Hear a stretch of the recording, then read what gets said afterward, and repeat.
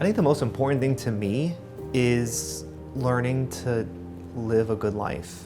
And I think that's very hard with my situation, but we all deserve to have a good life. Before my concussion, life was going very well for me. Working the family business, going to school, progressing in life, going where one would typically want to go in their 20s.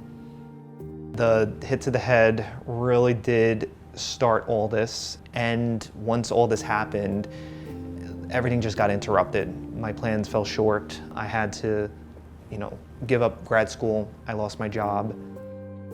When I got onto Medicare, I found out that the Medicaid that I was on, you end up losing that because you're strictly eligible for Medicare. I was supposed to lose Medicaid coverage in May 2020, but because of the pandemic, the emergency Medicaid remained intact. Chris should have never been disenrolled from Medicaid. These sort of technical errors for someone who has a chronic illness or disability can really cause a moment of crisis because Medicaid is extremely essential for this population. So when I got that letter in 2021, the end of 2021, I was very shocked, and Max Arnaud from MRC was the one who pointed it out to me, and he told me that I should be on it up until the pandemic is officially declared over. So I was basically, at that point, I changed the focus of his case to his Medicaid being reinstated and about trying to pursue the Part B premiums he shouldn't have been paying, so trying to get his money back and trying to get his Medicaid back. Max was great, very on top of everything. As soon as there was a problem, I would email him, and then he would get back to me as soon as possible. And he would go to bat for me. To be able to show him how much I was on his side, I think, meant a lot, and that he knew that I would be responsive, and that I knew what his healthcare needs were, and I knew what was at stake for him.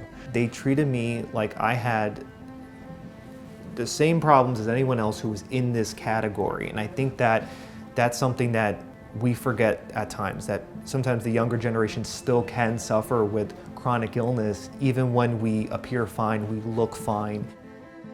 There's a way in which people talk about Medicare where the focus is often on older adults, but there's also a very large population of people under 65 who have disabilities, have chronic illnesses, and really need just as much help, if not more so in some cases.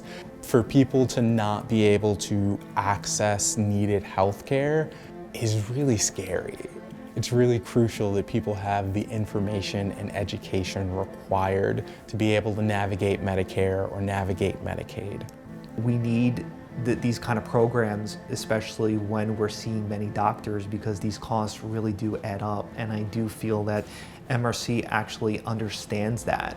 At the start of this year, New York State increased the income limits for Medicaid and for the Medicare Savings Program. For this population, expanding Medicaid is super crucial because we already know that these folks, their income hasn't changed, their medical need hasn't changed, and yet because they're simply eligible for Medicare, they're losing Medicaid.